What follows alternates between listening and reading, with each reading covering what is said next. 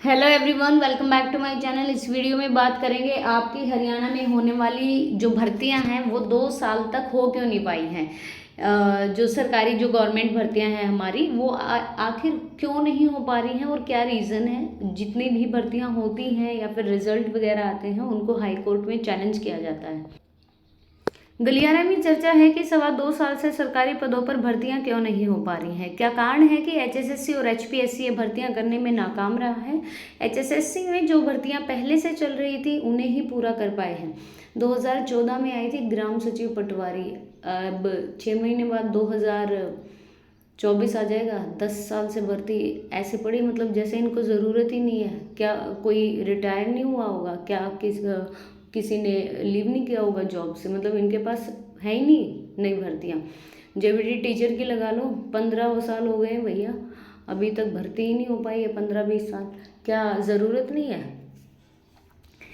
HPSC ने HSSC and allied service की एक भर्ती पूरी की है। गलियारे में सत्ताधारी दल के विधायक भी अब तो एचएसएससी और एचपीएससी की तरफ निगाह लगा के बैठे हैं। पदों पर भर्तियां ही उनका बेड़ा पार लगाएंगी।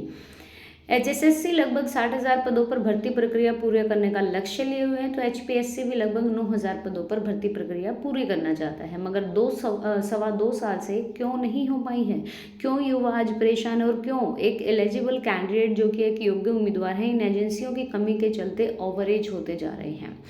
जब मुख्यमंत्री मनोहर लाल खट्टर चाहते हैं कि भर्तियां बिना देरी के हों या फिर बिना देरी के हों, तो ये भर्तियां पूरी क्यों नहीं हो पा रही हैं। चर्चा है कि जब एसएससी किसी भर्ती का विज्ञापन जारी करता है तो प्रदेश सरकार या सरकार के विभाग कोई ना कोई ऐसा फैसला कर देते हैं जिससे कि भर्ती प्रक्रिया थम जाती है और उनको एडवर्टीजमेंट वापस विड्रॉ करने पड़ते हैं।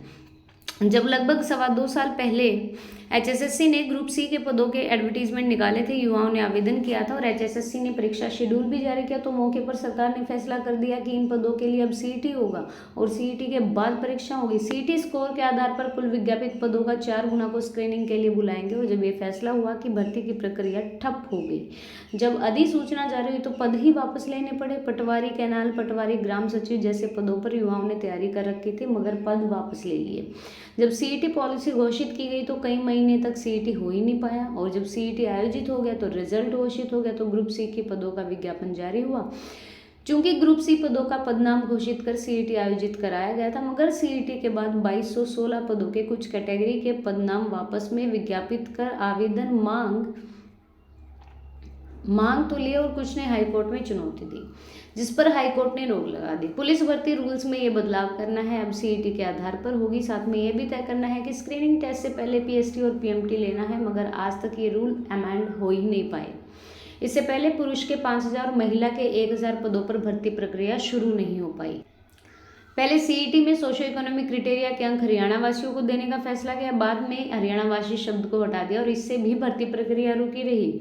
अब ग्रुप डी के पदों के लिए सीईटी लिया जाना है। ग्रुप डी एक्ट में संशोधन जरूरी था। एक्ट में सोशो इकोनॉमिक क्राइटेरिया के 10 अंक लिखे हुए थे, अब 5 कर दिए हैं। ग्रुप डी एक्ट में आज तक यह संशोधन हुआ ही नहीं। हरियाणा वासी शब्द भी पिछले सप्ताह हटाया गया, जबकि सीईटी में बहुत पहले हटा दिया गया था। पहले पीजीटी पदों पर एचएसएससी ने भर्ती करनी थी, टीजीटी तो एचएसएससी ने करनी थी, मगर इन पदों को वापस ले लिया। बाद में पीजीटी को एचपीएससी को भेज दिया। अब एचएसएससी ने टीजीटी पदों की लिखित परीक्षा तो ले ली है, मगर एचपीएससी ने पैटर्न बदल दिया और मामला हाईकोर्ट चला गया। एचपीएससी को वो पद वापस लेने पड़े, अब दोबारा से एडवर्टीजमेंट होंगे। देख लो ये हाल है, मतलब खुद एजुकेटेड है ही नहीं, कोई एजुकेशन है ही नहीं इनकी, एजुकेशन कोई मतलब नहीं है इनको। निकालते हैं, उन पे कोई चैलेंज करता है वापस, फिर निकालेंगे, चैलेंज कर दिया वापस निकाल दिया, syllabus not confirmed, exam date not confirmed, फिर निकालेंगे, फिर डेट बढ़ा देंगे, फिर निकाल देंगे, फिर वापस कर लेंगे, दैट्स इट।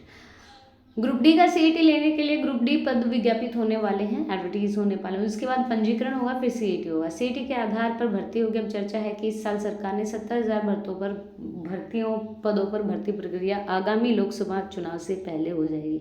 समझ रहे हो, 2024 से। एचपीएससी ने एचसीएस का प्रिलिमिनरी पेपर लिया, वो तो इसमें 32 सवाल ऐसे पूछ लीजिए जो पीवाईक्यू हैं और विपक्ष को बैठे बैठे मौका मिल गया। अब नया तरीका एचकेआरएन को मिला है, निगम से अस्थायी कर्मचारियों को भर्ती शुरू कर रखी है। ये मामले हैं कि भर्तियाँ नहीं हो रही हैं, यही फैक्ट है। ठीक है, आपको कैसी लगी अपडेट ये ज़रूर बताइएगा। और अगर आप टेलीग्राम चैनल पर जुड़ना चाहते हैं तो जुड़ सकते हैं, लिंक दे दूँगे। और चैनल पर न्यू हो तो प्लीज़ सब्सक्राइब करके जाइए। Thank you.